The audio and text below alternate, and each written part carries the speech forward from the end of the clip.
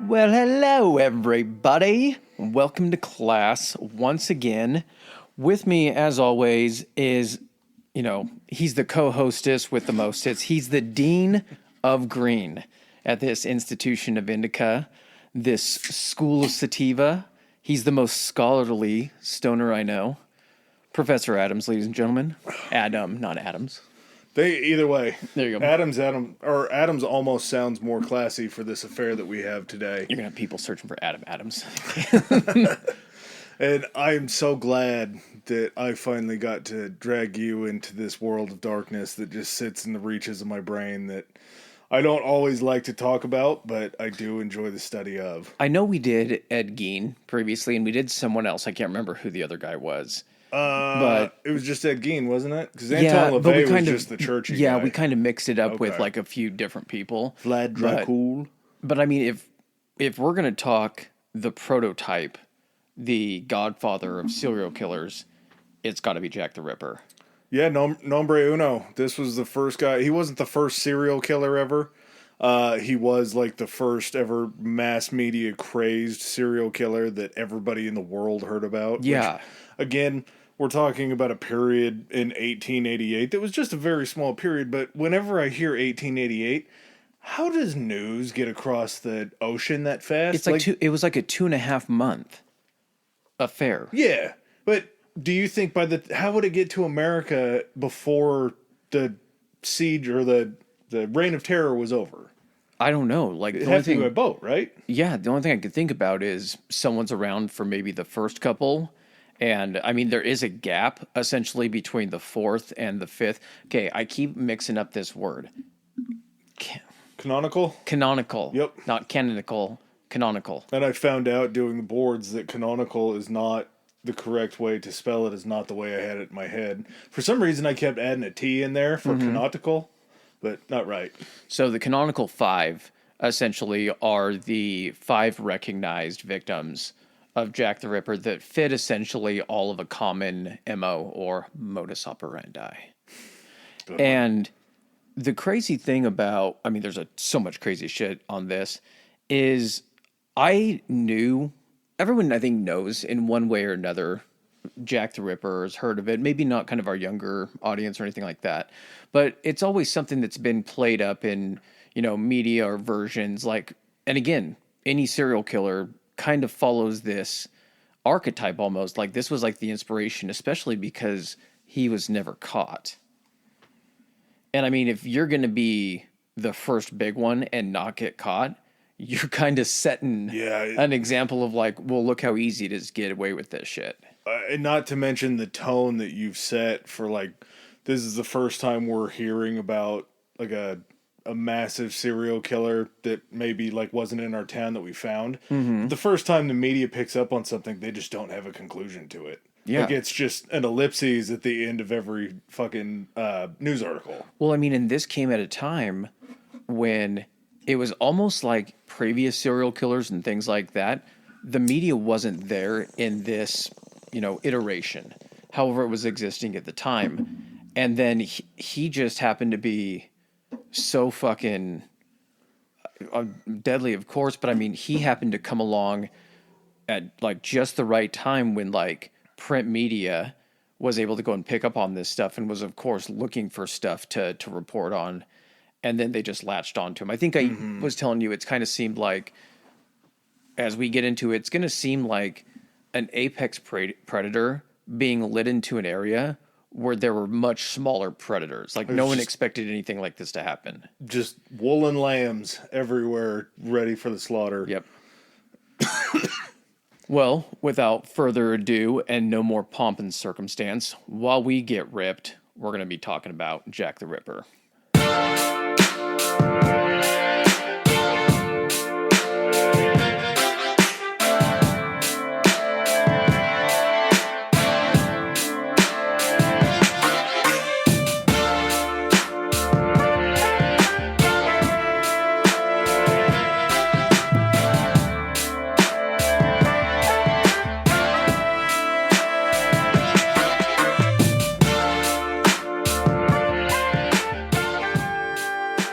All right, well, set the stage for me. Where are we going back? We're going back to jolly old London.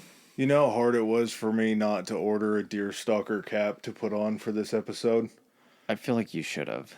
And then had a red handkerchief. I learned, and we'll talk about multiple times that deerstalker caps, apparently that must have been like the only hat in London, but it's basically like the Sherlock hat. It is like there's a bill in front and a bill in back, I guess, in case it's not reversible. It looks like, what do they call it, where it looks the same way going forward as backwards?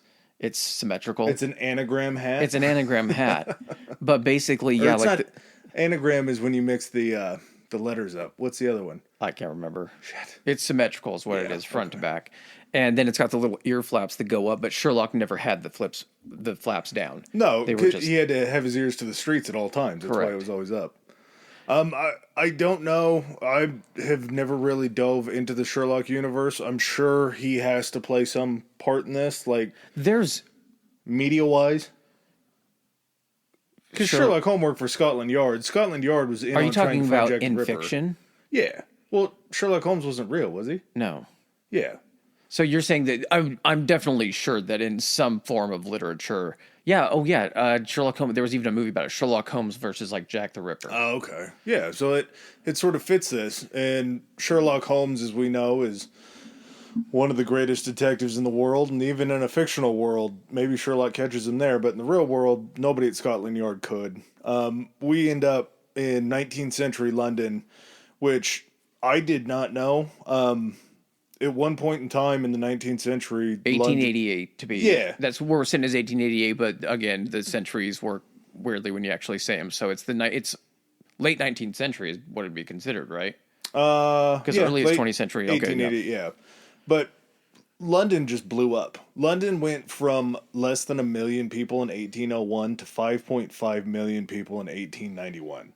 Can you imagine gaining 4.4 million people in less than 100 years? And in a situation where this is not like where you can just crank out infrastructure. No. Well, it was, I think, probably like technologically advanced for the time, but you can only grow so much. Yeah. Sure, like as far as like from city planning perspective, if you're building industry, you're not building residences. Exactly. And so we get this specifically the area that we're going to be discussing where what did they call them, the Whitechaple murders, right? Yep. But it's in the East End of London. You sound like you're from London. And it was like I say, it became the world's largest city.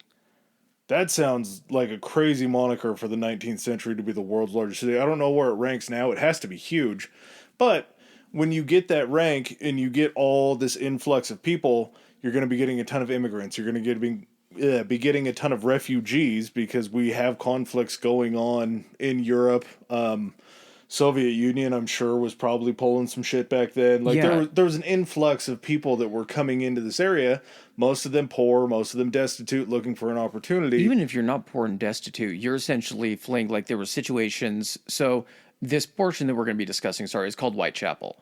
And that's essentially kind of the area in which Jack operates. And so in the mid 19th century, so what would that be, like 1850, something like that? Yeah. You have this huge influx of Jewish refugees fleeing Russia. So they're coming in. Pogroms. Yeah, what was that? They were just like big anti-Semitic rallies that they would hold on streets where they would just terrorize any Jewish people that were around. I could definitely see wanting to leave that situation. Yes. And then there was another like Irish influx. Okay, so the Jewish influx was in 1882, right before this happened, like 6 years before this happens. About 32 years prior to that, mid 19th century, you had prior to that an Irish influx. And I think were those people fleeing like was it one of the famines? It might have been. So you basically have this area of Whitechapel that by 1888, when these events occur, you have 80,000 people living in this area. And if you're thinking of 1888 London, maybe 2 to 3 stories as far as the buildings can go. Yeah. And, just completely crammed together townhomes, and you're just cramming 80,000 people into this district of East London. Dude, this area particularly, you think like some areas like even in our country are fucking like rough and everything like that. Yeah. 55% of the children died before they were 5 years old. I mean, it's not, it sucks. It's really bad. It's not shocking when you hear, like, that number sounds really, really incredibly bad to think that you have a 50-50 chance of keeping a kid into, like, teenage years, basically. Like, you have to have a party to go along with their fifth birthday. Like, the fifth birthday party is like the fucking party. Like, we did it! Crossing your fingers till you get to 5. I don't know if you could, though. One of the crazy numbers that I saw for Whitechaple in 1881, kind of like Whitechaple proper, like the whole city area, it was only, I think, like 3 square miles or some shit like that. I searched for the fucking landmass of that so much, and then I just got bored. But 30,700 people lived in just 4,069 houses. That's like one house held like 7.5 people, which you don't have family. You have families that are that big, but you also have to shuffle these people in and out of these places. And that's like saying on boarding average. houses. That's like saying on average, too. Some of the houses just had, with people that still had means and everything in this area of Whitechapel, you still had people that just owned their houses. So you could have 4 people, and then you could have other people crammed out. Such is the economic condition of Whitechapel, just within the Whitechapel area, we have 62 brothels. That's going to come into play as a major component in this story. 1,200 prostitutes, again, very big factor in this story. And there were 233 common lodging houses, basically places where you could pay to go in and have a bed for the night. Kind of like, and not just like a bed. In some places, they have these things called coffin beds. Did you see a picture of that? Or it's like literally a door right up next to the side of you that you open and swing out. No, they were the ones laying in the ground where they gave them a box the size of a coffin to sleep in because they could cram so many and keep them enclosed that they wouldn't have to worry about giving them additional room. And they had fucking like bugs in there. Like, it's not like these people are leaving for the night and they're like spraying these things down. These, I think they said for a coffin bed, it was 4 pence. And then they had this thing that was the lean over rope that across the common area, they would stretch this big rope and you could basically hang over it to sleep standing up. And that's where they think they may get the term the hangover. Oh. Huh. So you could pay to just basically have a roof over your head lean on. And be leaning over rope to just try to fucking sleep. So that kind of gives you an idea of what some of the people were dealing with at this time, where just there was no work. No work. Another side effect of Whitechapel was they said that it was estimated that about 10% of the population had syphilis. So, well, I'm sure these 62 brothels and 1,200 prostitutes probably had something to do with that. But again, this is 88. That's, it's just a little syphilis. Come on, baby. They didn't have a cure for it back then, I don't think. I think this was like... This was still in the days of shooting mercury into your dick. Yeah, either that or I think they'd set it on the table and they'd put a Bible on it and smash it. I don't know. Just try to smash the demons out. Get it all out of there. The other thing that they had that was kind of nuts... just to the point of these people that were paying to be in those houses that you were talking about... About 1 in 30 of the residents in Whitechapel were homeless. So that was like almost it wasn't the best case scenario, but it was literally like the middle of the road. If you get a coffin bed, probably pretty good. If you get a leaning rope, still not as bad as being homeless. And, with all of these prostitutes that you would have, we talked about this. You were texting me, you was like, did this place, did time mean nothing? Yeah.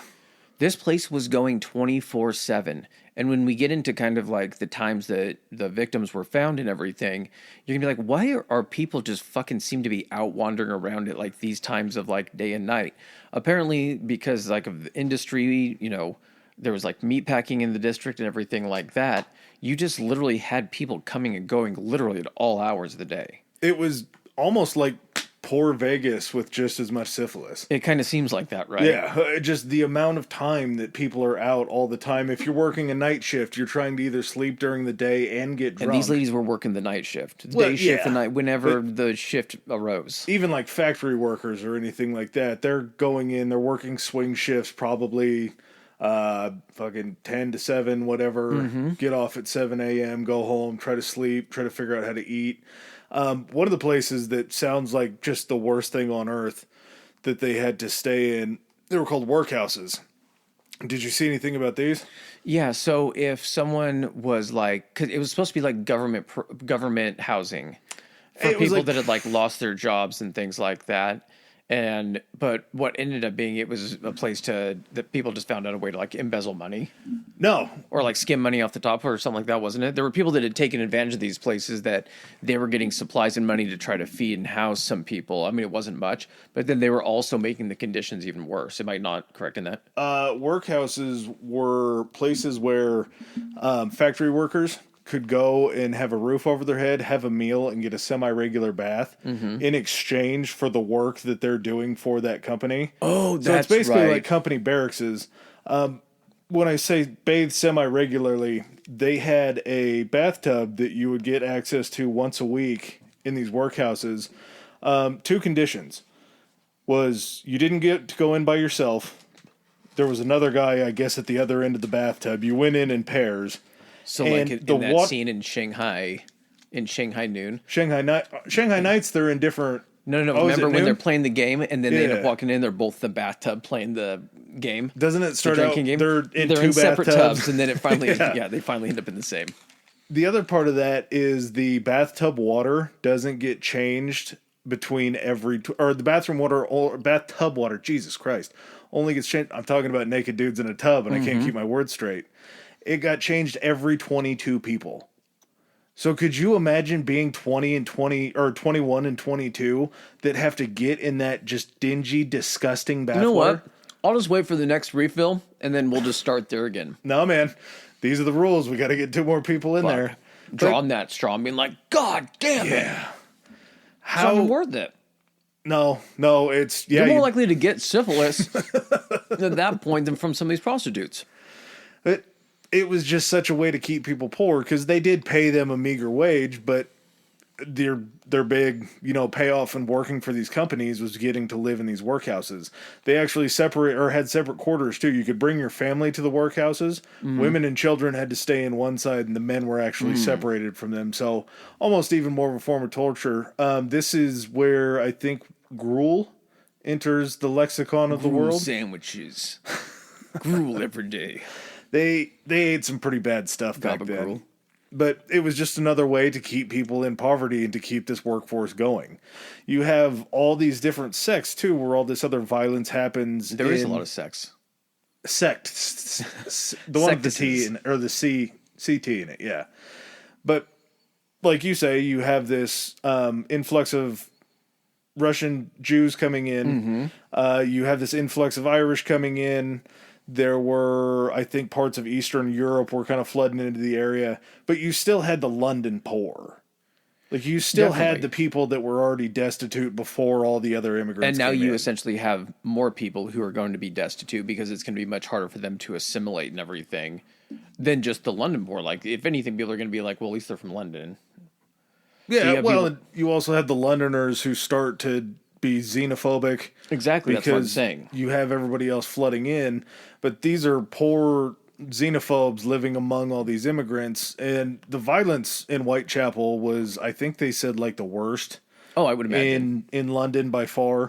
It was just a very, very bad area. It got to the point where, and again, like I know we're spending a lot of time on this, but it helps to paint the picture to know how all of this actually turns out. How it can just never get found. Well, think of this too. At night, it's just fucking street lamps and lanterns. Yep. And that's just if you have a lantern. Yeah, candlelight coming out of the window of a house. Or if you're walking down someplace like parks or like common areas that didn't have they're fucking darkness everywhere. Alleys were all dark, backyards, any sort of, just anywhere that was like a off the circle of beaten light path. around a street lamp and then 50 feet of darkness till you get to the next fucking street lamp. And that good old English dark that you think of when you think Jack the Ripper. Oh, when you got like all the fucking industrial smog up in the air and all that kind of shit too in these types of neighborhoods. And you had it so bad to where the PCs are in this situation instead of like cops or police, it's police constables. So we're going to say PC before some names. So that's police constable, where some of them, they had beats that they were walking all times of night again. Like they were constantly on like patrol and everything, but no fucking guns. These guys have a fucking like whistle and a fucking billy club. And that's what they have. And then not to mention that there were streets within Whitechapel that the police would not even walk down unless they were in force. That's how fucking dangerous this was. Even the constables, the guys in charge don't even want to go down some of these streets. And weren't they on maps? They were like literally labeled with black lines around it as like, do not go. Something like that. Like, don't go in alone. Yeah. But when you're homeless and you're looking for a place to stay and you need food, you need money for booze because alcoholism was rampant around here. I guess the one thing that they weren't short of was bars. Yeah, and I mean, if you really think about it, just from like any of these women that were Jack the Ripper's victims, all of them kind of have a few common attributes. Essentially, of course, they had lives before this, and they got into situations in which they were either married at some point or mothers at some point. And so we're not trying to gloss over that these weren't people. It just helps to disassociate from it a little bit if we're going to be having the conversation. But also, like, a lot of these women were literally on their just last shred of hope, if not even having hope. They had turned to, like, drinking and everything like that, which, like Adam was saying, if your fucking life is this bad and you're living in this area, you're probably trying to self-medicate at any point you can for as long as you possibly can. So I don't fault them for that. Any point you're not conscious is probably an okay time. And these were all women that were essentially sleeping night to night within not the workhouses, because prostitution wasn't something that you could pay for, like, but they were some really were either working in brothels at one point, or they were just kind of what I would consider freelance. Yeah. And would be basically going out and trying to earn enough money to sleep in one of these houses for the night in one of these beds, and then be able to also afford to get drunk, and then the next day living literally day to day in this manner. Unfortunately, they were addicts that were doing what they could to scratch out a living, like with the only trade that they could, really have. I mean, some of them knew how to do certain things, but you have to have a place to do that, or equipment if you're going to be a seamstress or things like that. When you have nothing except what you have on your body, that's kind of becomes the only option available. And I think Chris and I, if you've listened to a lot of our episodes before, I think we've made this very clear. We're pro-prostitution. Pro-sex work. Yeah.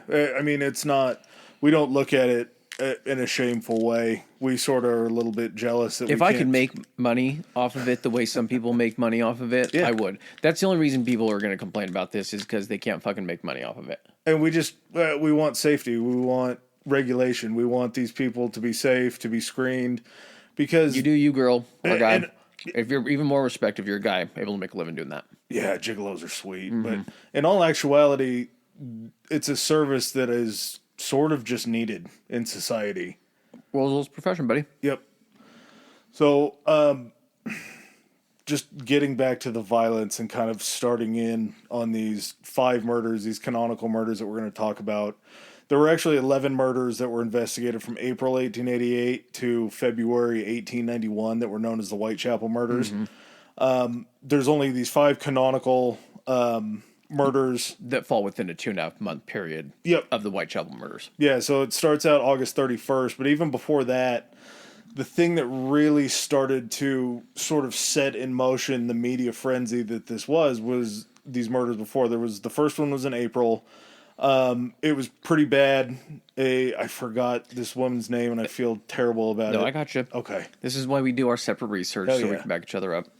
So April 3rd, 88, Emma Smith is killed by what's reported as multiple men. 4 men. Yeah. 4 men. Do you want the details? Did you get the details? I'm going to go ahead and just gloss over it, because we're going to get into it with fucking the escalation with the canonical 5. But was she the one that had blunt force trauma shoved up her? I feel like, I know vagina is and I don't know why we're dancing around that and everything like that, but basically had a blunt object shoved up her vagina, which then tore her perineum, correct? And she was having massive blood loss that way, and then she was just beaten. Yeah. She was actually taken to the hospital, and that's how they know who... After being ignored by a cop at some point. Like, she's literally walking down the street. She was able to tie something, like, between her legs to try to stem the blood loss, and lasted till the next day but basically had walked by like a couple of these police constables, and like they didn't help her. Like, I don't know, and that says something about like, I don't know, when they're like, if you're walking through it, keep your head down, eyes in front of you and everything like Yep. that. I don't know if it just got so bad or it was so bad even before that in Whitechapel that the police were so used to seeing people beaten and hurt that wasn't even a concern to them, that was just like fucking day to day. That was just old hat. There also comes a factor in that it could be the Whitechapel beat was probably the one beat that you didn't That want. too, and if it was someone to be known as, a prostitute or something like that, if they were in that area for long enough, there was probably something to where, because this was a profession that, and still is today, looked down on by sections of society, and especially back in like the puritanical, religiously heavy times in London at this point and everything, anything, immoral like that is just you're gonna not even pay attention even more to someone that you suspect of having a part in that. Yeah, you're not going to be a good police officer or constable. But yeah, she was able to describe her assailants in so much as there was 4 of them. They robbed her. She dies, like you said, the next day. So pretty badass, pretty cool that Emma Smith lived on through just that terror that she went through. But that's sort of why it's not associated with these canonical 5, because these 5 that we're going to get into were all very similar in more than one way. But what this first murder did was it really pissed off everybody in Whitechapel, because there were a lot of people that knew Emma Smith. Mm-hmm. She had given her report on what happened, and I'm sure she mentioned the constables that didn't do anything for her, anything like that. So the people in Whitechapel were pretty pissed off. They were pretty frustrated that this was going on and that nobody cared about their existence, basically. And not only essentially because you do have a large section of course, prostitutes and everything like that, but this was something that when kind of looked at, when she was jumped by 4 different, there's going to be a difference in this as well as the Jack the Ripper murders and everything that, again, like Adam was saying, have very similar circumstances. But that at the same time is going to be like, that could have been any of our wives or daughters. Yeah. In that area. It's not just looked upon like, oh, well, she shouldn't have been out. It was looked at more of that way, and just the inaction by the I don't know what you would consider London law enforcement, if you just want to state it that way, there was definitely some public dissatisfaction with that. They didn't like the apathy.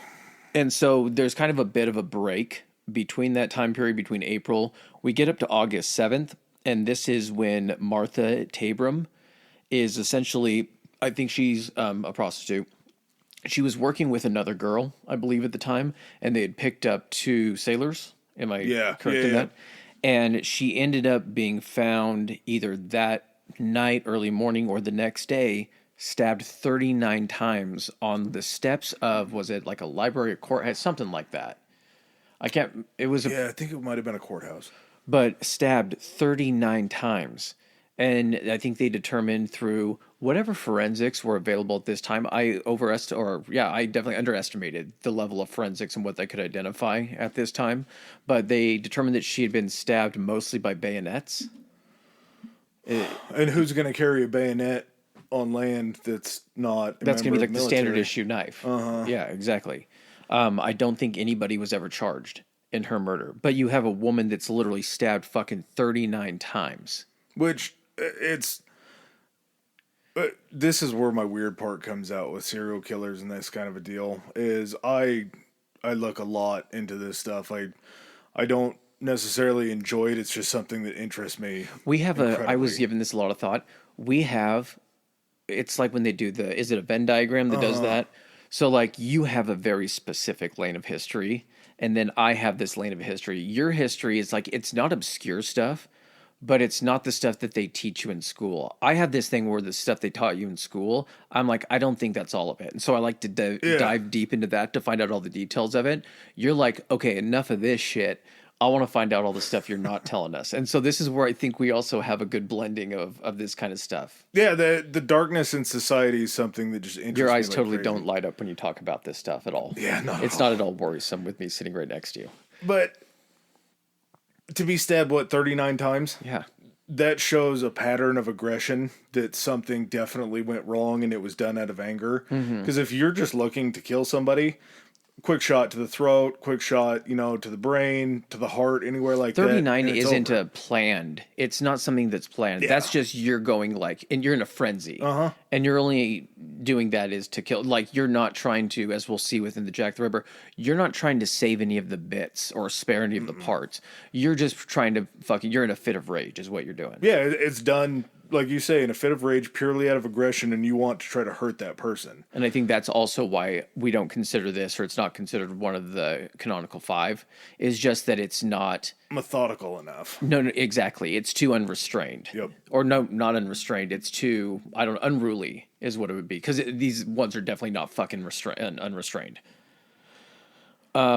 So then we actually come to a little bit later in the month, Friday, August 31st of 1888.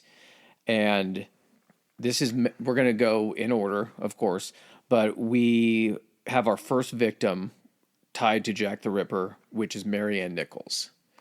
And fun little fact as well, Jack the Ripper was not a name, and we'll get into the letters, I'm doing quotes here, letters that were sent. The name Jack the Ripper was an invention of the media. Maybe. Okay. But anyway, the name Jack the Ripper didn't even come about until after, what is it, the third, fourth? Yep. Maybe between the second and third and fourth? I believe it was between the second and third. Okay. The Night of Two was right before that. But this, happened. Basically, it's just the Whitechaple murderer at this point and everything. So this is the first time, though, that Jack essentially steps into the spotlight, or actually lack thereof. And as far as Mary Ann Nichols goes, so she's discovered at 3:40 a.m. In a place or a street called Bucks Row. And prior to 3:40 a.m., she was last seen an hour before. Yeah, she was seen very much unstabbed. They're just always an hour seen prior. right before, which is crazy in that there's still so many people around. Yeah.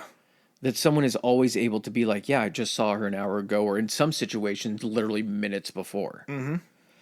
And I forgot, where was she found? Like, in what scenario? I believe that she was found in front of, like, a factory building. Okay. But it was an area that was, again, like we've talked about with all this stuff, 3:40 in the morning, bitterly dark. You're on not necessarily a back street, but you're sort of in between. It didn't need to be a back street. Yeah.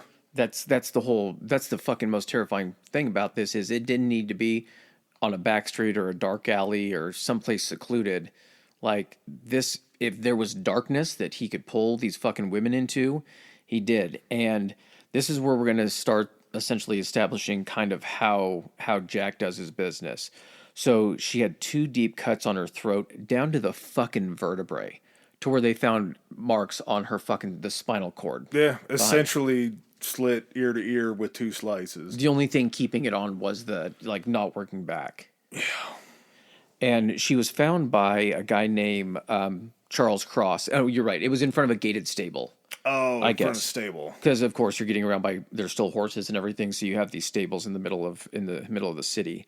And as he basically runs off to go try to find one of these PCs, these police constables, another police constable, John Neal, comes upon the body and calls this guy named last name Dr. Llewellyn, and basically determines at that time. So I think it took him 10 minutes to get there, which is crazy that they had do they have just like doctors within those areas that they can call upon to work with because they have precincts and everything. We also have a very loose term when we say doctor. Yes. It's the guy with the most medical understanding at the time. Exactly. Within earshot or something like that. Yeah. But he determines through the powers of investigation deduction that she had only been dead for 30 minutes. Her arms were still warm. Yeah. So everywhere around where the blood loss was still warm. Rigor mortis hadn't set in yet, so it hadn't been hours. Just a very scary scene, I'm sure, to walk upon at 3:40 in the morning. But then even as a doctor and you show up, you're like, okay, dead body, you guys say it's kind of bad. And then you see these 2 stabs in this throat and you're like, oh, fuck. That's a lot of blood. When did this happen? And then you start feeling her extremities. Like, wait, she's still warm. Did anybody see who did this?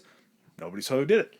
looking around for a fucking blood trail. Yeah, And just anything and everything, a weapon, like anything that they could determine to try to give them some types of clues. This was also at a time, I think it was 1894. We should have probably provided a graphics warning in this. We're going to get pretty graphic, Yeah. as much so as I don't want to get like insanely graphic and everything like that, because some of this shit is kind of, weirdly enough, like some of this is kind of fucked with my head this week during studying. I don't have the serial killer resilience that you have at this point. So some of this stuff to me was just like I could feel myself kind of like turn my head a little bit when I was having to hear this. Yeah, and we can go to that limit. I'll let you set the parameters on how deep we go, just because it's really gross and it's really gruesome, but I also think part of it's sort of necessary to really... Oh yeah, to let the pattern and everything, it's definitely necessary. So aside from the cut to the throat, and that's what they determined to be her cause of death, was essentially just like, because as soon as you cut that, the windpipe, and the carotid artery in the neck,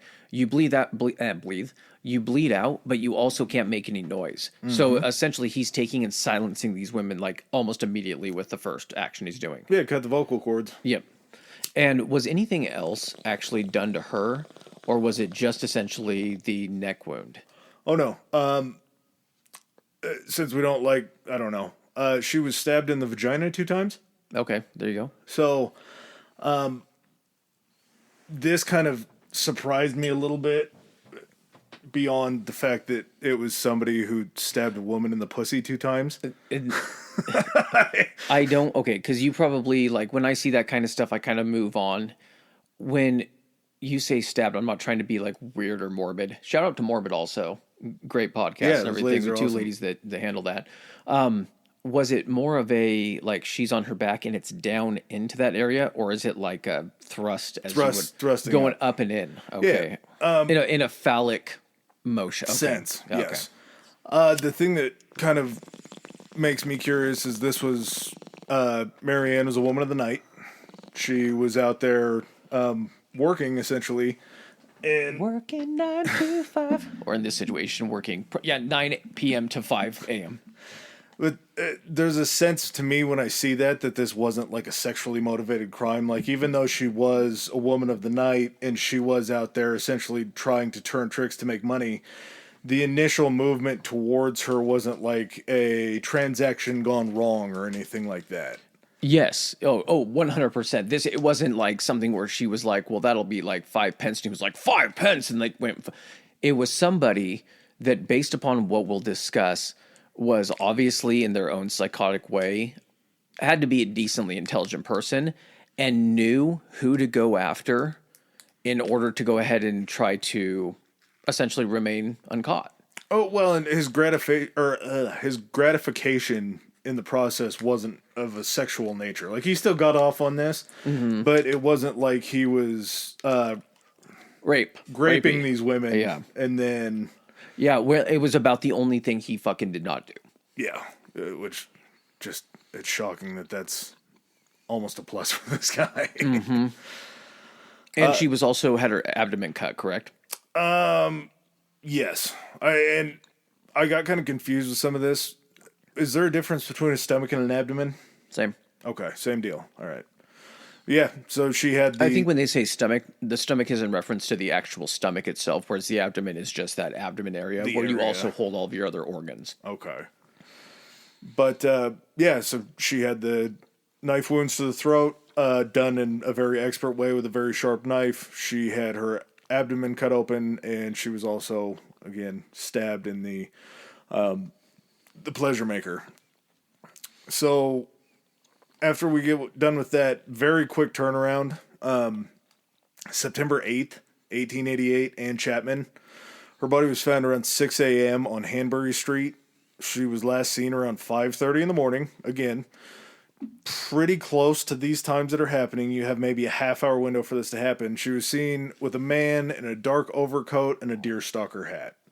That was the only, eyewitness account, but she actually was seen by someone speaking to a man. The eyewitness that saw them said that she'd heard a short conversation that ended with Chapman saying yes. Yeah, he said, will you? And she said yes. Yeah, so essentially this could have been it's him like a gesture to her crotch, will you? And she's like, Yes. Yeah, so under the guise of prostitution, I looking got to for make this guy that to pence. score, Yeah. he has to try to get this woman away to kill her. So again, you said last seen 5:30 outside, and I think the address, it was in a backyard in this place called Spitalfields, which is basically a neighborhood. If you're thinking of like a big city, like think of like, there's boroughs or there's like districts and stuff, but then also within that there's like a little area also. Yeah, that there were encompasses courtyards, blocks shit or like streets that. and stuff like that. So the Spitalfields is this area within Whitechapel. And I think it was outside 29. I can't remember what the address was, but it was 29 something. And she was found in the backyard of that house that she was out in front of when she was found at 6 a.m. So she was probably looking for a dark, quiet place to turn the The trick. the guy that found her, what happened is he was getting up, and apparently people were getting up at all times. I'm guessing like to go outside and like dump the piss bucket. I don't know how plumbing even worked at this point, but like he gets up, he goes down. I think he was living with his family up on, and again, there's people living in these houses, all 3 stories of this house. He comes down from like the 3rd floor. He's going out the back into the backyard. And he said something about the backyard latch and the gate not operating because people would use the backyard as like a shortcut to go through it and like out to the street on the other side. yeah. But again, like people aren't usually awake at this time. And if it's awake, maybe a candle, there's no light. And that's what's also fucking nuts about this kind of stuff is once we get into more of the details and when he gets more elaborate, a la this one right here, it's all being done in the fucking dark, and it's all being done in such a short amount of time that had to have been like, as an investigator or medical examiner, being like, when did you fucking find her? Yeah. And then them determining how long she'd possibly been dead. But then imagine like getting the report like, no, we have an eyewitness that said 30 minutes. He's like, 30 fucking minutes? It took me 15 to get here. Yeah. Yeah, the amount of time that it takes to commit these murders was just so quick. And not only that, but then the getaway. The getaway is just as important as what you're doing and the time that you're taking to murder these women. Not only the getaway, but like, dude, like, you're like the blood. Like it's got, and again, that's why the dark coat comes in and everything like that. Because again, you're only having people see you as you pass by these lights. So if you just want to dart around, Yeah.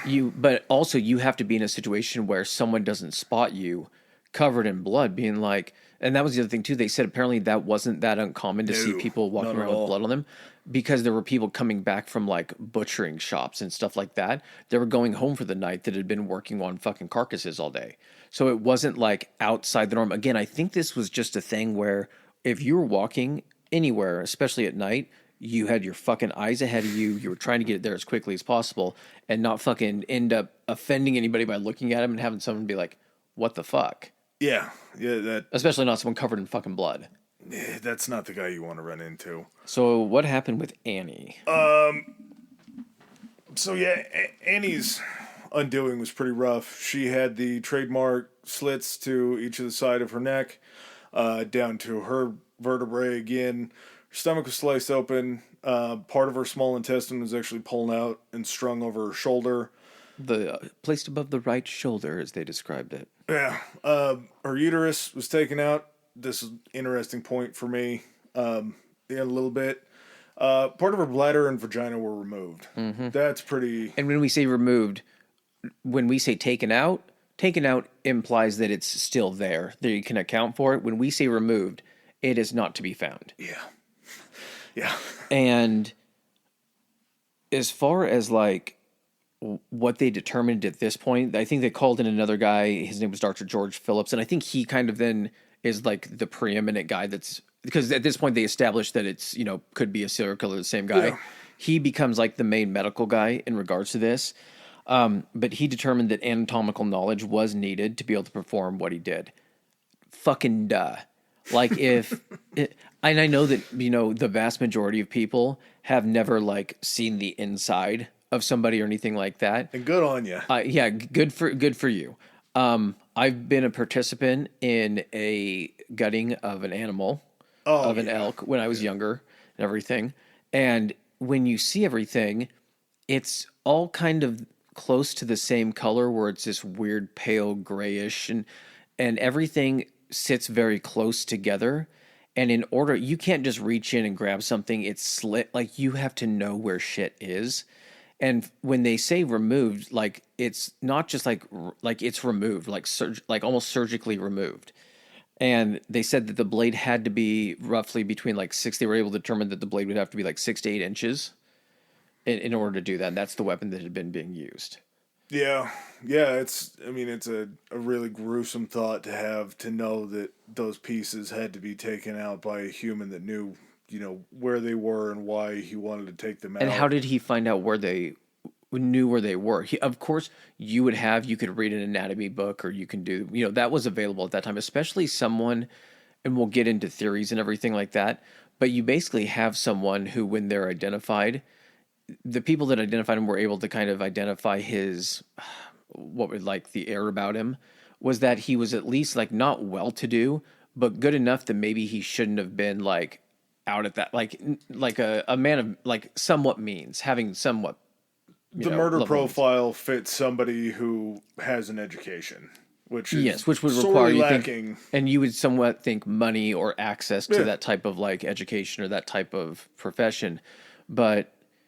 Yeah, so I mean, to know how to do that, but then to do that in such a short amount of time, it's fucking crazy. And, to describe kind of where her body was, it was literally like right out the door and down a couple stairs. They said that also there was a neighbor who had kind of come outside at that point in the house next door and had heard someone say something, maybe heard a no, and then heard like a thump against the gate. And I just imagine it was one of those situations where he walks out, he hears no, a thump against the gate, and then just in one motion does the turnaround and just right back in the house. He's like, nope, not dealing with that shit. I can live with the bedpan. Because at no point, especially at this time, is there a fucking Good Samaritan type shit going on in Whitechaple. So it's like, you know what? I didn't hear anything. And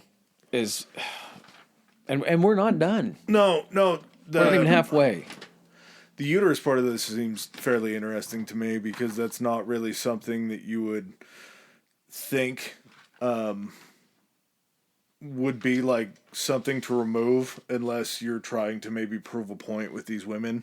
Yeah. That kind of interested me a little bit, just because it's such a weird thing to want to remove. I'm not going to say like it's not weird to remove an organ from a human being, but to remove that section of a prostitute. A female specific organ. Yeah. It's not kidneys. It's not a liver. It's not something like that. It's, he's targeting women, but you can also see that the reason he's targeting women isn't just for, it's probably, part of it is I can get to these women easier. There's a way for me to have these women approach me, and not have it seem like I'm just not another fucking client or something like that. I'm also able to overpower these women. It's another, the biggest determining factor is that they are women, not the characteristics of how easy it was to get to women at this point. Yeah, he had, his MO was being able to prey on, which is still an MO that serial killers use pretty frequently today. There's not as many of them, but I'm sure they're still out there. I think of serial killers today like you think of aliens. Like, they got to be out there somewhere. That they still exist? Yeah. Oh, yeah. Isn't the statistic for murder still, like, shockingly fucking low? A lot of unsolved murders in this country. Yeah. But this seems like a different break. And well, before we get to what's known as the double event, on September 25th, that's when a letter is received, essentially by the media in London. Yeah, I was going to break down everything after the murders, as far as that goes. I just want to mention this just because this is where the name Jack the Ripper is finally kind of assigned to it and everything. So this letter is received, and again, this letter is allegedly written by the notorious Victorian serial killer, but it was addressed to the Central News Agency of London, which there's a whole bunch of publications and things like that, but it was essentially then given to like Scotland Yard or forwarded like on September 29th. But basically, here's the contents of the letter. It says, "Dear boss, I keep on hearing the police have caught me, but they won't fix me just yet. I have laughed when they look so clever, talk about being on the right track. That joke about Leather Apron gave me real fits. Leather Apron was a guy that was brought in for questioning. He was a shoemaker Bootmaker. which means he had access to knives and everything, the kind of which could be used in this scenario for like trimming leather and all that kind of stuff. And, you know, they said something about like there had been something about a leather apron prior to them looking into him. Like someone had tried to make like an eyewitness account or said they saw someone wearing a leather apron, like leaving a crime scene or something like that, right? Yeah, so yeah, well, I guess we can get into this stuff. We don't have to. We'll get to him when we get to the suspects. I'm just letting them know who Leather Apron was. He was a suspect that they had actually identified prior to this letter being sent. So he's basically saying the joke about Leather Apron, like they got the wrong guy, which they discovered they did. I'm down on whores and I shan't quit ripping them until I do get buckled. Grand work on the last job was, I gave the lady no time to squeal. How can they catch me now? I love my work and want to start again. You will soon hear of me with my funny little games. I saved some of the proper red stuff in a ginger beer bottle over the last job to write with, but went thick like glue and I can't use it. Red ink is fit enough, I hope. Ha ha. The next job I do, I shall clip a lady's ear off and send to the police officers just for the jolly, wouldn't you? Keep this letter back till I do a bit more work, then give it out straight. My knife's so nice and sharp, I want to get to work right away, if I get a chance. Good luck, yours truly, Jack the Ripper. Oh, don't mind giving me the trade name. P.S. Wasn't good enough to post this before I got all the red ink off my hands. Curse it. No luck yet. They say I'm a doctor now. Ha ha. It's part of that doesn't make sense with the letter. There were hundreds and hundreds and hundreds and hundreds of letters that were sent in during this whole entire thing, especially after this first Dear Boss letter comes in. But one thing that gives me pause is they talk about, besides the many spelling errors that were actually in it, when he talks about keeping the blood in the bottle and he was going to use it to write and then it got too thick on him. Like he was shocked that it got too Yeah, thick. don't you feel like a doctor or somebody smart would understand that blood coagulates outside the body? I feel like someone who had to do enough research, and I feel like in order for him to, you know, remove these body parts that he has in this amount of time, it's a practice thing. He's had to have practiced it on at least human cadet. I don't know. Yeah. I'm trying to. It would seem like you would have to do that. You would have to have real world practice, and for someone to not know, having practiced that, the blood left out congeals and is not usable when it's on your table and stuff like that.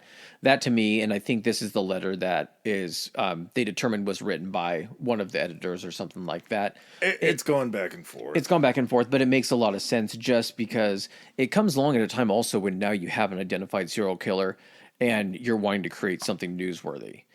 It's fucking crazy to think that like journalists were even attempting, you know, or possibly doing that at the time to like sensationalize this.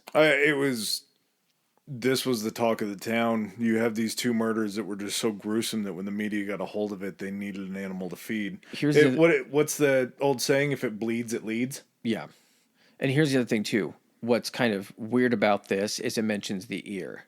And let's go ahead and now get into the double event and see now why there is this letter is kind of held on to with some belief that it may have been written to him just simply because of this detail, which is very fucking specific. Yeah, the night of the double event. This will be murders 3 and 4 in the canonical 5. The first woman, her name was Elizabeth Stride. This took place September 30th, 1888. A Sunday. Elizabeth Stride's body was found on Berner Street around 1 a.m. This guy named Louis Demon Schultz, discovered the body in the street, thinking that it was a passed out woman until he noticed that there was actually a pool of blood leading from her. He ran to a bar that was really close in the area, and I guess it must have been like a bar in like a boarding house or something like that, because he wanted to go in and check on his wife to make sure that she was okay. Yeah. Oh, no. That's going to be the next one. That's going to be the one That's not Deem Shits? Was he the one? Okay. The other one was found at Joseph Lonell. That's right. Okay. Yep. Yeah. So Deem Schultz went in, made sure that his wife was okay, was talking to some guys inside. He's like, hey, there's a dead lady outside. He was like, nah, she's probably just passed out in the street. He's like, no, I'm pretty sure she's dead. So everybody walks outside. They realize that this blood that's coming out of her is coming out in massive amounts. It's still flowing from the wound. Yeah. So it's still that fresh. her body was found with just a single 6-inch incision across her throat. Again, very similar to these first two murders that happened. But the thing about it was we saw the murders escalating. We saw the stabbings of the first lady and her abdomen slit. We saw the just brutal job that he did on the second woman, but there weren't any other wounds on her body. So it sort of became uncertain as to whether this was something that could be tied to Jack. Well, and the thing, too, is she was seen by a police constable named William Smith, saw her at 12:35 a.m. with a man near what's called the International Working Men's Education Club, and the man carried a package, like either wrapped in newspaper, like shipping paper, that was about 18 inches long. And that also becomes like a theme of someone else that saw something similar as well during another of the events, or another of the murders. And this dock worker saw a woman he thought was Stride speaking with a man at like between 12:35 and 12:45. Now, again, he thought it was her, but again, if the police constable saw it 12:35, let's go with that as the common one, because even then, with the body being found at 1 a.m. by Lewis, and I think they said he was driving like a cart. He had like a horse-drawn cart when he rode into like this little courtyard, this dark courtyard. Again, he's got maybe, he didn't even have a lantern on the cart. No. Because he saw the horse started to veer to the side, like it wouldn't keep walking. And he looked and he thought it was like a tarp on the ground, and he went to poke it with the whip and found out it was a woman, and then had to light a match and get, can you imagine having to fucking light a match and get close enough to see what the fuck it is? They said one of the theories as to why the horse pulled over, because I guess it pulled the cart over far enough to where it was rubbing against like a sidewall. Mm-hmm. So after he stops it, but they say that a potential theory would be a man running in front of the horse into the shadows might have spooked it and turned it. Or just a presence over to that side. Yeah. Because horses have good vision, even in dark and everything. And if senses. Well, and here's the big thing. Interrupted in the act. Because this one fit how she was killed, but then the timing of it, if someone, Jack the Ripper has her in a dark courtyard. He doesn't suspect, especially, he's probably listening, but if he's not seeing light approaching him or anything like that, he hears the clop of horse hooves coming toward him. If he just steps back and away and everything like that, and that horse just senses him over to that side or kind of like against a tree, I don't know what the courtyard looked like, and then veers to that side, because those horses were trained to walk down the street and not hit people. All he has to do as soon as that guy goes to the side is then he just slips right out from behind it and leaves. But she's considered essentially part of the canonical five because of the method she was killed, and because of kind of the timing with her, body still warm, blood flowing from the wound. They determined that she had been, dead or dying for minutes right before that. Just that close. They were that close to running on to. Well, fuck. Like, what was that guy? What was fucking Lewis gonna do? Can you imagine that? Like, if Jack he's like, okay, well, I can get away with this and everything, but had Lewis turned and like he was there and discovered him, that guy's fucking dead too. I don't know. I know that it sounds weird to think that he wouldn't clean up like that, but I don't think that his MO was kill everybody that was going to see him. To stop from being discovered. Yeah, I don't even know if discovery was that much of a concern for him. Yeah, and later on, in another one of the letters that we'll read, is kind of what makes me think that, but he was like a single mission man, and I don't think it really mattered what happened after he got that first fix, which also, the reason this is called the double event is because this was just the first event of unfinished business that he had the second go around. Exactly. Well, what do you do if you fail the first time? Fuck it, I got the rest tonight. It's only 1 a.m. I can try again. Well, 45 minutes later, in a corner of what's called Miter Square, it's a 12-minute walk from the location of where Elizabeth Stride was found. 3/4 of a mile. 3/4 of a mile. That's it. Catherine, is it Eddowes? Eddowes is found by police constable Edward Watkins less than 10 minutes after she was figured to have been killed. She was the only victim that was ever found in London City proper. Yeah, it was like City of London, London City, something like that was considered the Metro Police coverage section. Area. Yeah. And what's even more insane about this is now, again, we start to get to the escalation for the mutilation of the bodies. I can't believe I just said mutilation of the bodies. We get her left kidney and most of her uterus removed. Again, gone, not there anymore. Her face is disfigured in a ton of ways. Like triangles drawn on the cheeks to point up to the eyes. The eyelids slit. Her nose was cut off. Correct. Yep. Cheeks were slashed. Eyelids were actually what they considered peeled, which is really scary. Part of her, so her left kidney was removed, like you said. Most of the uterus, like you said. She also had the intestines that were slung over her shoulder as well. Of course. And she had the trademark slit ear to ear. So also, again, what was also removed? Her kidney. No. Her right earlobe. Oh, yeah. And it seemed like it was removed at the time. They found it. That's what I'm saying, is when they were moving her body, and I don't know if they ended up finding it when they got her back for like an autopsy or anything, when they started to peel off the clothes and everything, the fucking ear fell out of was he fucking cutting off the ear and all of a sudden he got spooked, or he dropped it and lost it, tangled in. But that's where, like, going back to the letter, the Dear Boss letter, the ear was clipped. I don't know if the intention was to take it or leave it where it was in the clothes or anything like that, but it's different from the last one. Yeah. And it's so specific to the letter. Well, there's enough, it's like enough kernels of truth, but such specific ones. Like, how did they fucking know that? When we get to the rest of the kind of police information and evidence and talk about the Saucy Jackie letter. Yeah. Then we'll get back to that earlobe. Just very interesting that that's what happened. Well, and then a piece of her apron, her like blood-soaked apron, was found below like a chalk inscription on a wall. How far away was that? It wasn't, I think it was like 30 feet away. The inscription on the wall, and this is going to be something that maybe you can explain to me because I'm not really sure which way it leans, but it says, "The Jews are the men that will not be blamed for nothing." The Jews are the men that will not be blamed for nothing.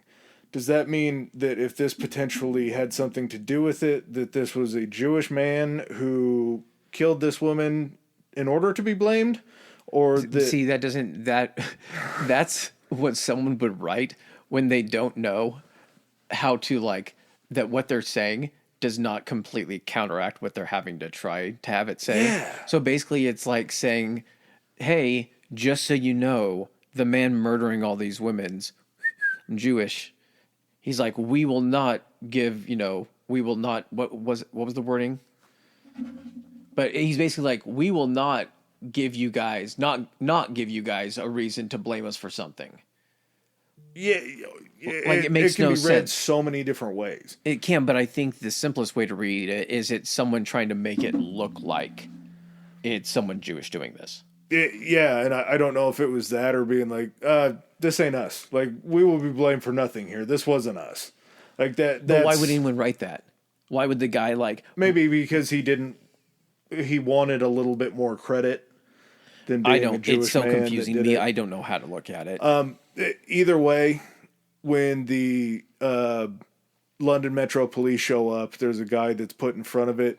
They want to keep it for one of the sergeants to come out and take a look at it. And at least to, like, photograph it or something. Yeah, to make do, but it wasn't light enough for a photograph, so they were kind of watching. The other thing, too, is, like, I know that forensics probably didn't reach the point of, what do they call it when they match handwriting analysis, whatever it is. They had that.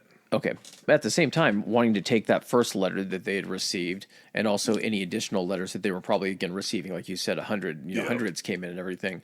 But that makes a lot of sense rather than just like, hey, take it down as a transcript versus the guy that was actually in charge of the scene forcing them to fucking actually, like, hose it down and remove it. And, like, the other guy was like, shouldn't we fucking get a picture of this shit first?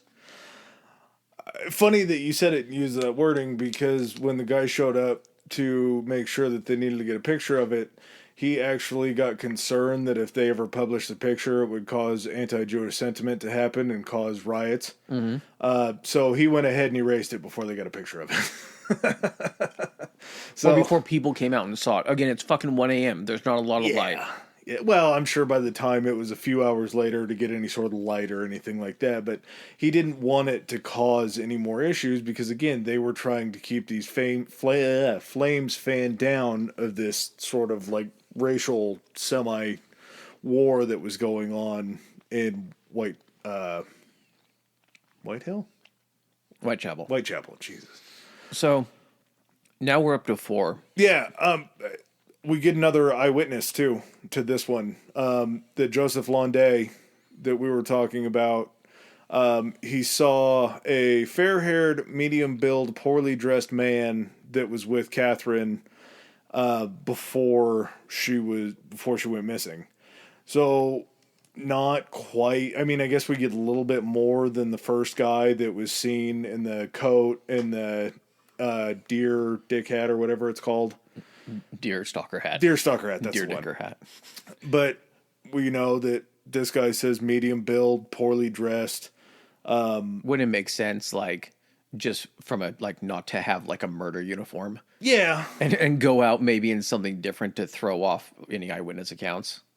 He also says fair-haired, and that'll come into play kind of differently from some of the other eyewitnesses. Wearing a hat, so you could tell, like, by the back of his neck, Yeah. or by, like, a beard or something like that. Could've But, like, been. the reports also had this guy, like, wearing his hat down low so people couldn't get a good look at him.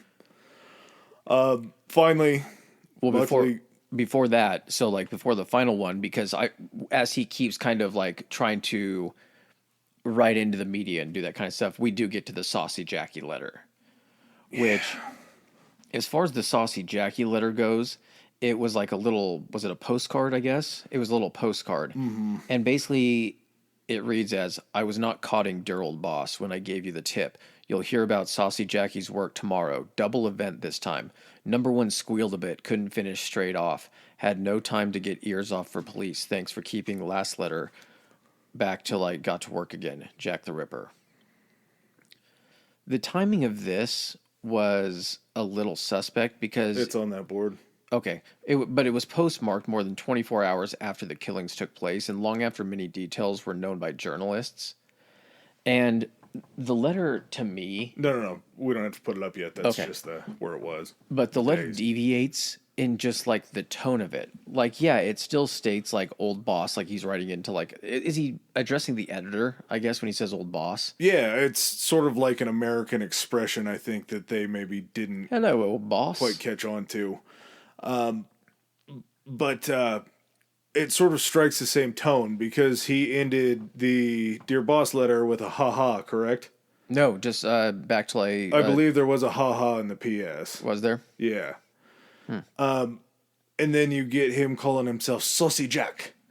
Like, just the fact that he's still trying to inject, like, a little fun and humor for the way that he's doing it just seems sort of interesting as far as he still kind of struck the same tone. And it was almost more of, like, a playful... Exactly, but what that says to me is if it's the same tone as the first and the first was written by the journalist, then it makes sense that the first matches the tone. Because either it's that or after they publicize that first letter, then actually Jack the Ripper is adopting the tone, like a false tone. Yeah. There is a decent chance of that. From Hell will sort of tie it all together for me. We can save the From Hell. Well, letter. that's a part of the evidence with... Yeah, we'll save the From Hell because Leather that one everybody. is definitely the one I believe most. Yeah, I and all think has the three most- handwritings matched up. Oh, did they really? Yep. Okay. So that sort of adds a little bit of an element to it. Okay, well, we'll get it in a second. So we come to our fifth and final as far as the canonical 5 go. And, well, unfortunately, Mary Kelly got it the worst. And I bet... Not her name. Mary Jane. Oh, Mary Jane Kelly. There we go. Poor Mary Jane.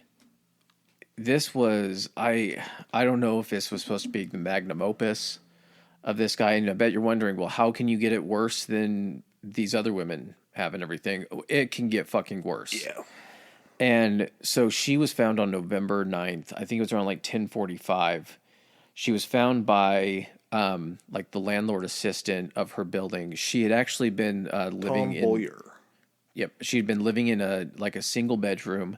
Prior to this, she was living with like a boyfriend, I think, for a while, and then she had invited another, like, one of her Lady of the Night friends in for shelter and everything like that. She was staying with them. He was like, I can't deal with this shit anymore, and he ended up leaving. And so without that source of income and everything like that, and him working, she had to, again, turn back to one of the things that she knew could earn her money. So she started working 9 to 5 again. Yeah, skin merchant style. And so, I mean, she was heard singing loudly in her room, and she The timeline is so weird on this. And here's the thing: is there's people in this place at all times. So like, there's people hearing her singing because again, these aren't like soundproof walls and everything like that. So she was seen throughout essentially a large portion of that day, and then very, very close up until the point when she had essentially invited Jack in. Yeah. And so she was singing in her room. She was seen soliciting a man on the street a little after 2 a.m. by a neighbor. So somebody that knew her personally. And the man was described to have dark hair, pale complexion, small mustache, and bushy eyebrows. So we have dark hair, but the last eyewitness account was fair hair. Unless it was just like a beard or something. I don't know. That's the thing, man, too. Well, if you've got a hat on and you're only seeing... I was thinking about this, too. When you get even a darker-haired person, when you get them, with the shorter hair on the back of their neck, depending on what their hairstyle is, it can look light because you're seeing the skin underneath it. And again, man, these are people that are seeing them under fucking like lamp lights from possible distances away. Like, a lot of stuff could look differently. I mean, but this is definitely the same guy. Yeah. But here's the thing. The descriptions, that's why also it's fucking hard to catch him because people don't know what the fuck they really saw. Yeah, there were some people that described him as genteel, which I believe is Gentile. Like fair. The same thing. Well, Gentile is not Jewish. No, I knew what you're saying because like Jews and Gentiles and everything. Yeah. But Gentile would mean someone of a higher standing class. Okay. Yeah. So maybe learn something there. After that there was, and this goes to just point out how bad this Whitechaple. We're gonna go to a dark place. We're gonna go to the darkness for a second. Yeah. At 4 a.m., one of her neighbors was awakened by a scream of "Oh, murder!" And the lady thought about it for a little bit, and then she just rolled right back over and went to sleep. Which do you think it was like? Okay, so I see this one in two ways. I see like, do you think she said like "Oh, murderer"? Like, as he like would go, or like, do you think, because apparently the reason that it was ignored, and apparently this had to be kind of corroborated, was apparently the shout of "Oh, murder" in Whitechapel late at night was not that fucking uncommon. It was so uncommon that when she used the excuse of "I heard "Oh, murder," but I'd heard it so much that I just kind of ignored it, the cops were like, okay, makes sense. And so, yeah. 4 a.m. Neighbor hears her actually being murdered. It's just like, gotta get up early for work tomorrow. I gotta be awake in 2 hours. This bitch better quiet down. And so the police theory was that she was killed in her room between 3 and 4 a.m. when Tom Boyer went to go collect rent from her. He couldn't get through the door or anything like that. He had to go to the window, which I guess had been broken through like a... Previously broken by a... domestic incident between her and her boyfriend. I think he like unlatched it through the broken part and then like pulled the curtain aside. Didn't even go in, but saw what was on the bed and was like, fuck this. Gotta go get this is above my pay grade. Gotta go get boss. She comes back, or he goes back, gets boss. They come back. He points through the window like, holy shit, look in there. They see her body laying dead in the middle of her bed. We'll get to why this was so shocking here in a second. The plan that the police had come up with was the use of bloodhounds, which, not the worst idea ever. I mean, this was probably the stinkiest place on earth at that point in time. So maybe bloodhounds wouldn't have been the best at picking up a scent and being able to carry it to find it because there's so many other terrible odors. Unless these bloodhounds were just specifically trained for blood. That's what I'm saying is what they would do is introduce them to the sense of blood. Yeah. That were at the crime scene. Yeah, but the bloody lady that's inside is going to be that. Correct, but their thing was that if they then took them out and around the building, they would then try to follow that. And if they start heading away from the building, they were on that trail. Yeah. So that was the whole point, was to get them acclimated with the scent of her blood.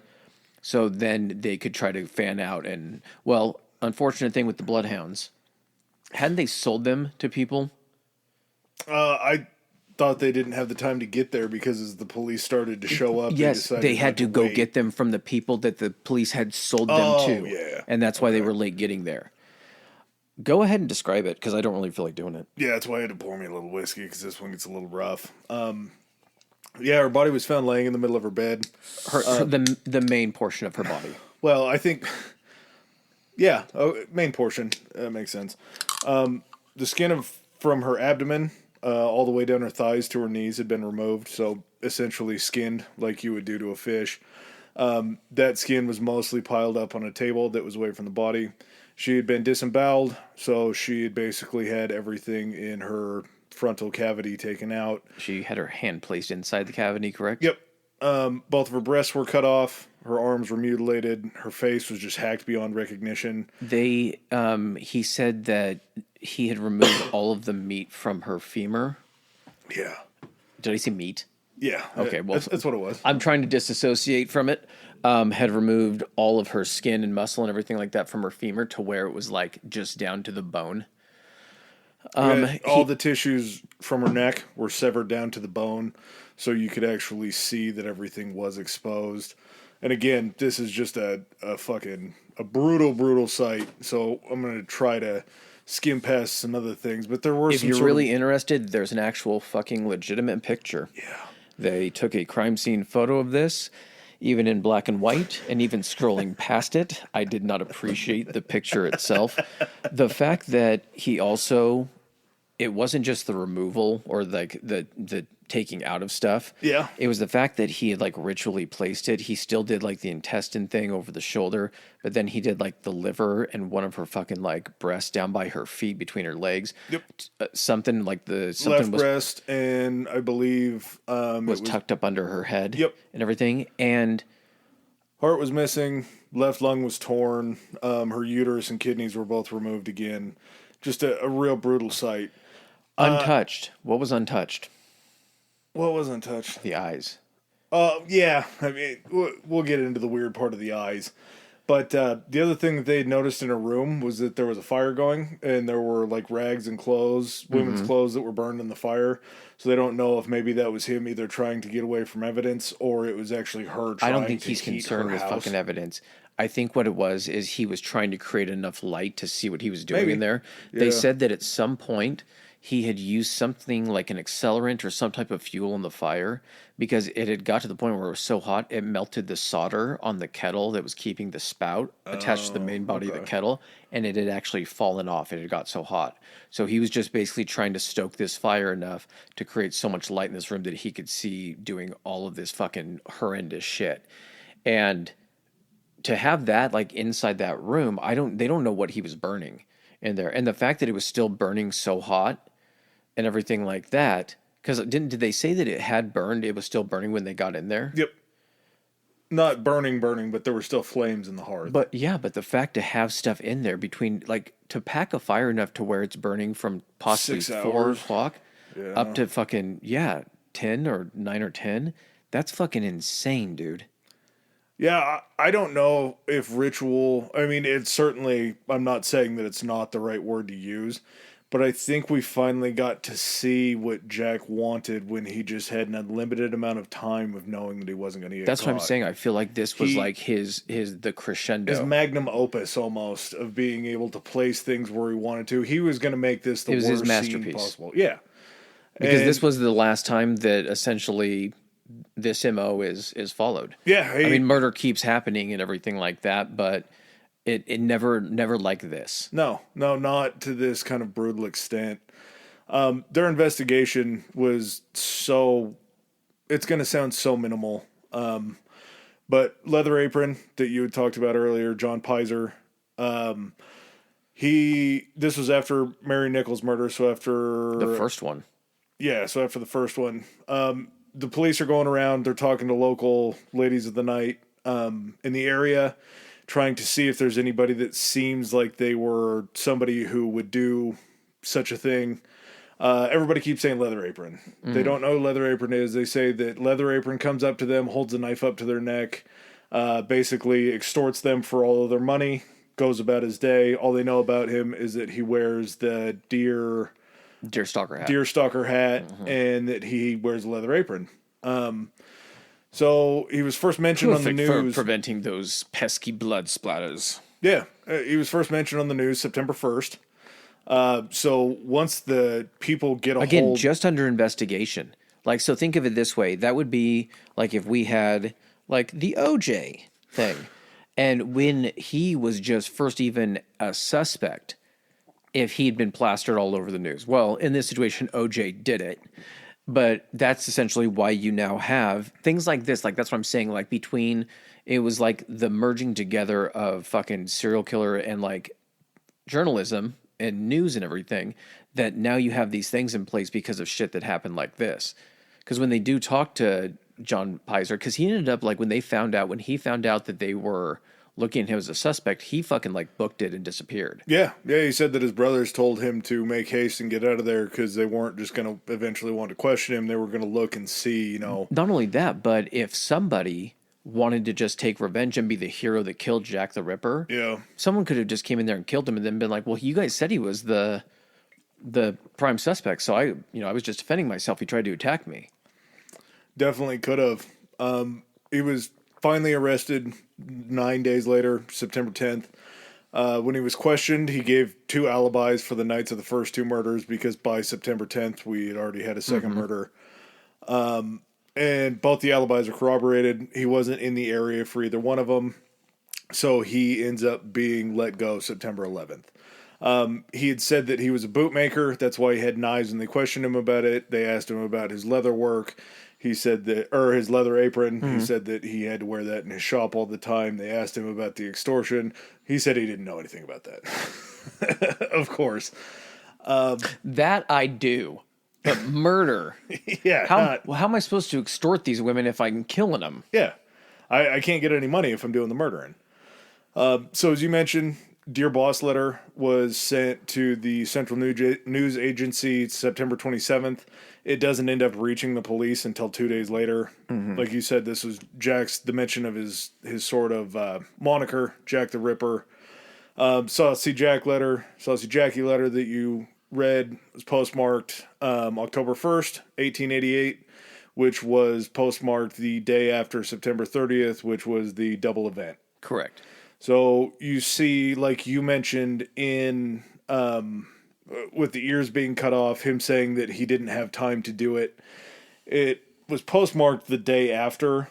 So essentially it probably could have been written September 30th, as in the night that it happened.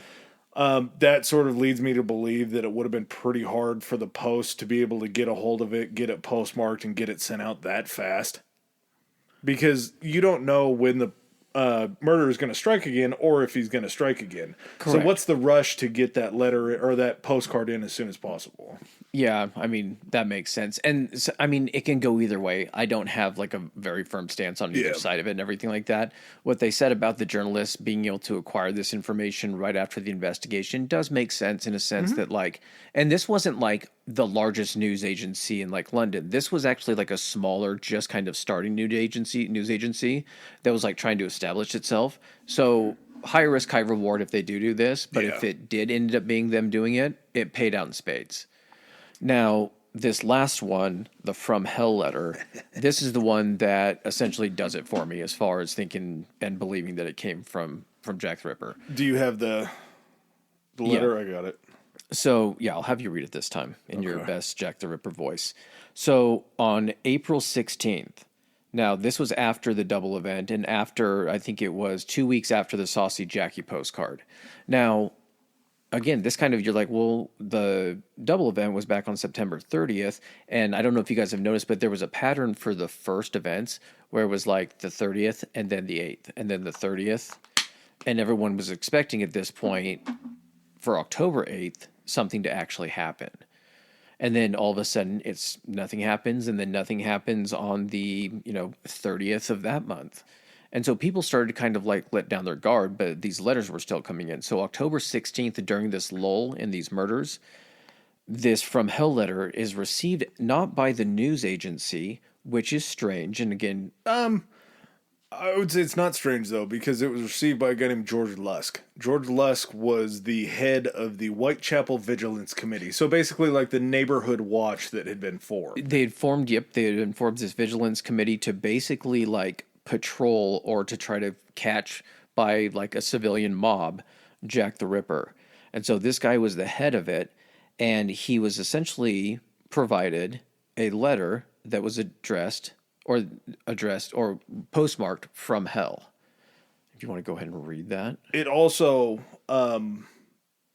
one of the papers had produced Lusk, like the street that Lusk lived on, but it never produced a number for the house. So it was actually just sent to the street with no number and then given to him because whoever delivered it knew that Lusk lived at that address. Gotcha, okay. The letter starts out from hell.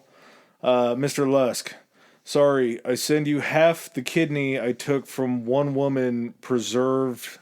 I didn't get the full best translation, but it says, I send you half the kidney I took from one woman, preserved it for you. The other piece I fried and ate. It was very nice. I may send you the bloody knife that it took out if you only wait a while longer. Signed, and this is what I was talking about earlier. Catch me when you can, Mr. Lusk. Catch me when you can isn't catch me if you can. It's catch me when you can. So he, I don't think, was too worried about being found. That he believed he was going to be caught. Yeah, but just, I don't know how English works with this whole entire thing. There's no Y on kidney. There's no E in the word preserved. There's a bunch of misspellings, but I don't know if that's in the sense of like purposely misspelled or like that's how they spelled certain things back then. I can't tell. With an S? I don't know, man. Yeah, this isn't the kicker for me. It's not so much the letter; it's what fucking came along with the goddamn letter. So, accompanying the letter was a small box that held half a human kidney, and testing the kidney confirmed that it was human, and the kidney also had the characteristic of having, what was the disease? Tuberculosis, or was it cirrhosis? Oh, it wasn't probably cirrhosis. But Bright's disease. Oh, okay. Now, the distinction, like it has for a medical examiner, they would be able to tell what had Bright's disease. Coincidentally enough, the third victim, or fourth, Eddowes, her kidney was taken, and she happened to have Bright's disease. And it was also half of a left kidney, which is one of the kidney, or the kidney that was missing for Eddowes was her left kidney. The fact that it was half, and the fact that he said he ate the other half, also very concerning. He packed it in wine, so he was smart enough to be able to know what he needed to preserve the kidney. To know what a preservative was. Yeah, so that seems to still lean fairly towards like the intelligent side. Maybe the spelling errors were a mistake, but I don't really know if it was just a mistake in haste. Excuse me. The police officers, the city police, offered a reward of £500. The Vigilance Committee offered 50 more pounds. Vigilance Committee apparently not getting a lot of money. Close to 300 people ended up being investigated. There were 80 of them that were actually detained and questioned. None of it really came of it.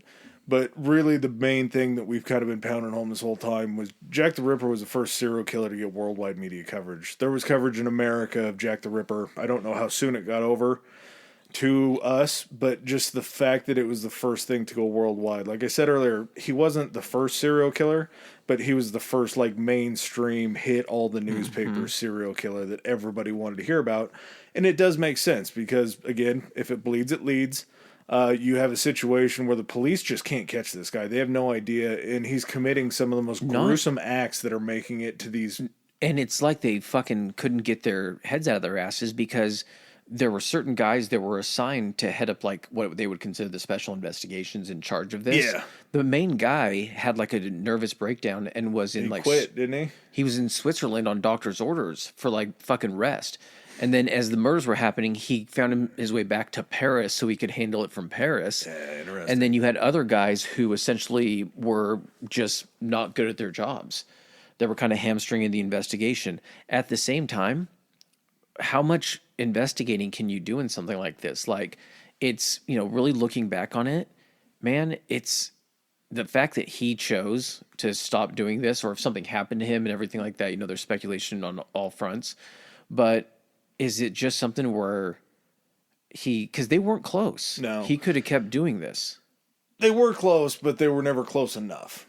They had been close to him a couple times besides the last one because he just had so not in much catching time. him after the act, but you mean of catching in the act. Yeah. Like if you think he was going to get caught, it was going to be an instance where someone was going to stumble upon him and chase him down. It wasn't going to be when someone showed up at the house of some guy and was like, "You're Jack the Ripper, you're under arrest." Okay. Yeah, they weren't going to put all the evidence together and form a suspect that way. It was going to be them catching him out of luck in the act, Exactly. than of actually investigating and catching him through those means. Yeah, and this was kind of the first time I was surprised, and it may not have been the first time, but certainly had to have been one of the primary times that this was used. But they were actually profiling suspects, looking at the way that the crimes were committed, not necessarily off of the eyewitnesses, but they're saying like a middle-aged male. They were putting pieces together, being like, okay, for this guy to be able to do this and to have these means, he would have to live within this vicinity, and be able to travel and then get back and everything like that. And so, yeah, like you were saying, it was like, FBI profiling that they do nowadays, where they're building a character or a case study on this person of identifying all these traits that they have to have. Unfortunately, they just weren't able to really do enough with that information. And that's why when we were talking about the 39 stab wounds to the woman before that wasn't part of the canonicals, that shows a certain sign of anger and maliciousness. What he was doing it was brutal. It was way more brutal than stabbing somebody 39 times.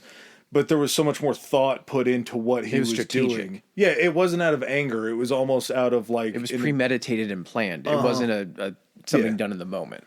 Yeah, so it just looks so much different. But Jack the Ripper, we still talk about him in all sorts of media outlets today. I give myself, usually if we're discussing something like this, I'll give myself one thing to watch that's based on it. That's not a documentary or anything like that. And so there's actually a fucking Batman movie called Batman, like new within the last couple of years, called I think Gotham by Gaslight. Really? And it's one of the DC animated movies, but basically, and it's graphic. And it shows London in 1880. Bruce Wayne is there. He's operating as a vigilante known as the Batman, and Jack the Ripper is on the loose. They use the red scarf, the hat. He's killing the Batman rogues gallery are like prostitutes and like certain characters and everything. And it follows along with that being the villain in it. But just the simple fact that that's getting like you said, Sherlock Holmes, like he's been played in one way or another, and then even invented serial killers in movies that draw their inspiration and everything.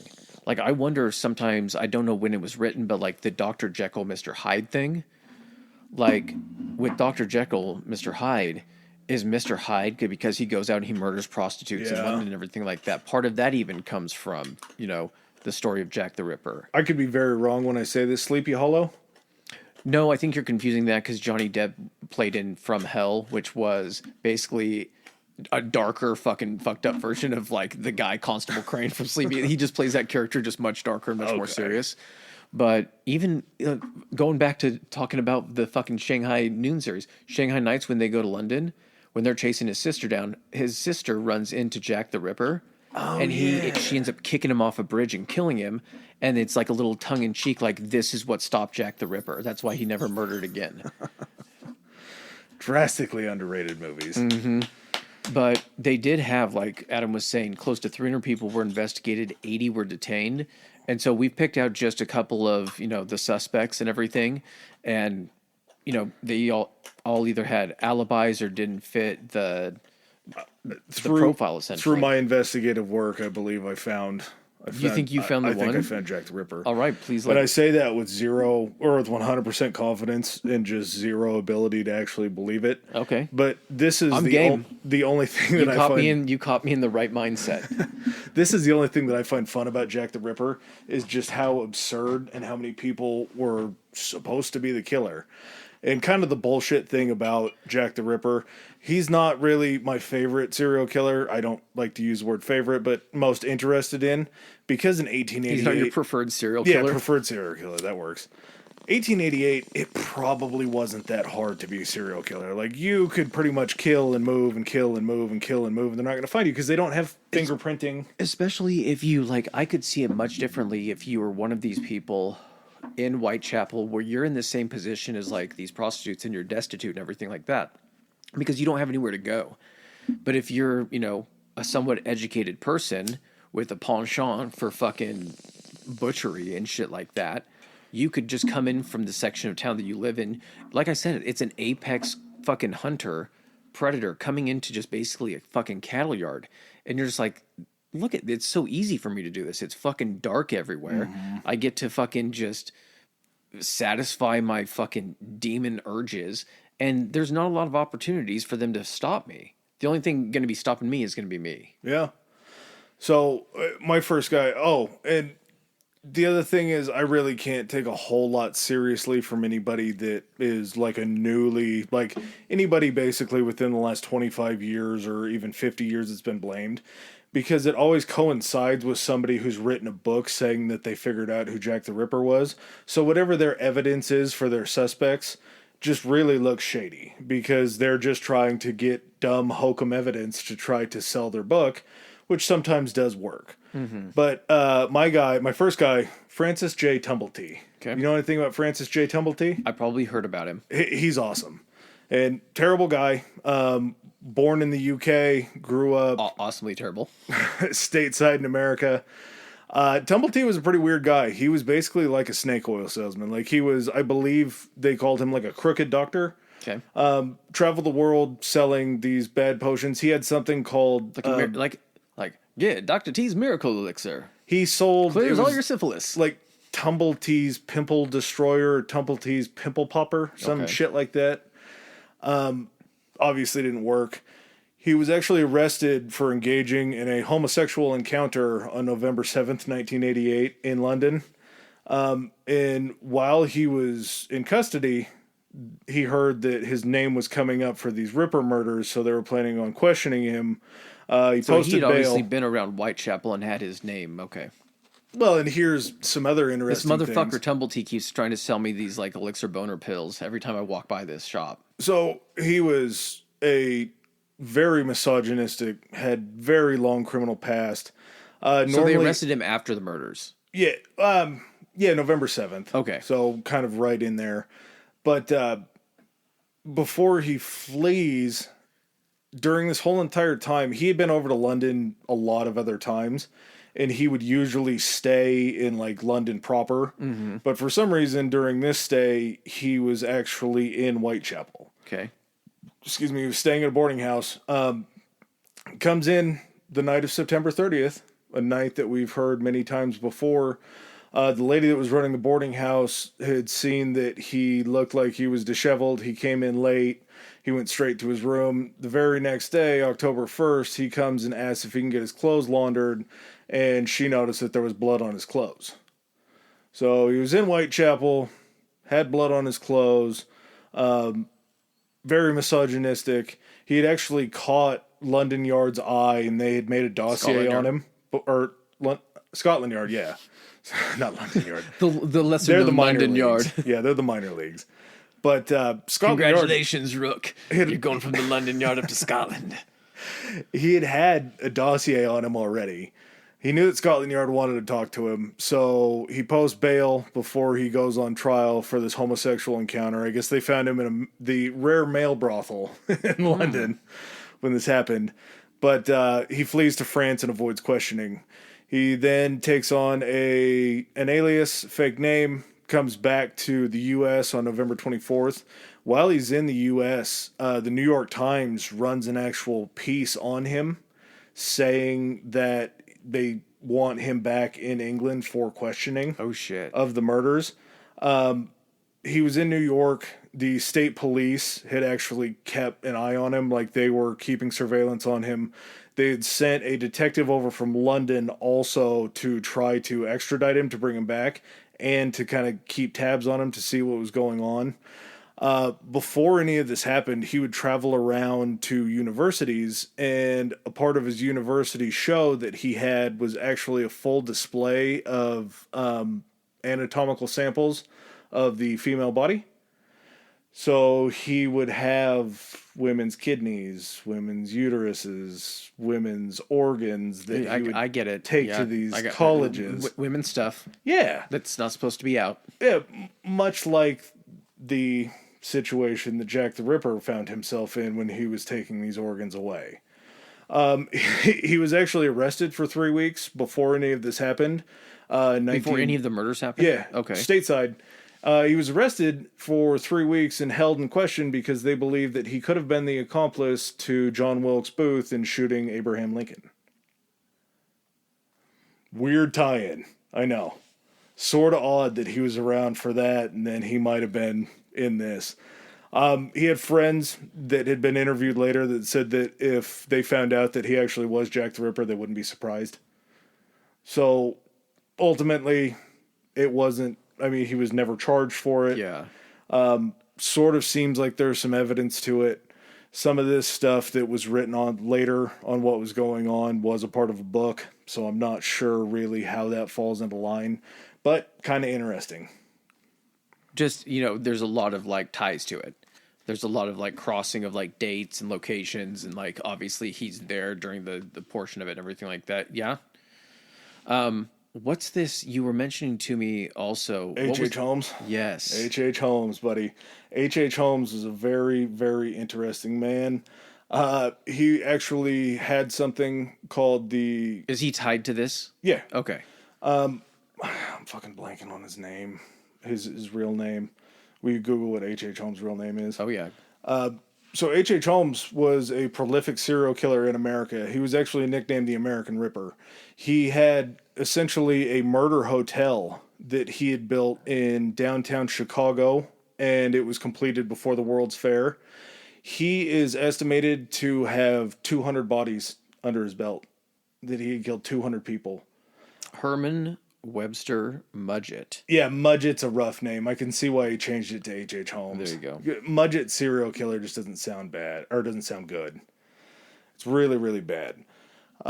So in this hotel that he had, just interesting fact, his family was wealthy and he was able to pursue an early interest in medicine and surgery. Yeah, he was a surgeon. Interesting.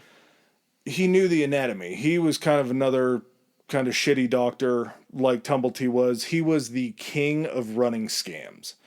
There's a count of human skeletons that he had sold to universities and medical clinics around the world where there still actually are called Holmes skeletons that they can prove... Track back. Yeah. But these skeletons essentially would have been murdered victims that he was then trying to sell the bodies to. He'd had a run-in over in London when he was over there at one point trying to sell a cadaver to a medical research facility that he didn't have the proper paperwork for. So his tie becomes a little bit odd because he actually buys the real estate for the murder hotel that happens in Chicago. It was June 1888, and there's no record of him in America after that point until 1889. He was said to have land. I guess there was a census that was done in 1880 where he actually owned a house in Whitechaple. Really? Yep. He had other ties. I believe it was, I don't remember what college he went to, but he had a college friend who was from London, so he had been over to the area multiple times. He had a guy that worked with him as well as kind of his assistant. Funny story to H.H. Holmes, he actually wasn't ever caught for any of the 199 murders that happened in the hotel. He was actually arrested and hung for the murder of his assistant. So, a little bit odd there. When they went through... Okay, I don't want to talk about this too much because this is an episode. Mm-hmm. The murder hotel. Did they find the bodies in the hotel? I'm glad you asked. That's a great question. He actually, in the bottom of the hotel, had a kiln and a lye pit. So the murder victims that were being killed in the hotel, he was then taking down into the basement and he was disintegrating their bones in the lye, or disintegrating their bodies in the lye, and then burning the bones in the kiln. So he was pretty efficient in taking care of his victims. That's fucking crazy. Yeah, H.H. Holmes is a pretty bad dude. That sort of is the thought process behind why he could have been the issue. He could have been Jack the Ripper. They believe one such theory for H.H. Holmes was that he was having his assistant kill the poor women, because as he was killing the poor women, H.H. Holmes was actually hobnobbing with the rich ladies in London and potentially killing them because the police presence was going to be focused more on Whitechapel. That's okay. He needs his own yeah, episode. I don't, and this is where we have to get a little off stride with it.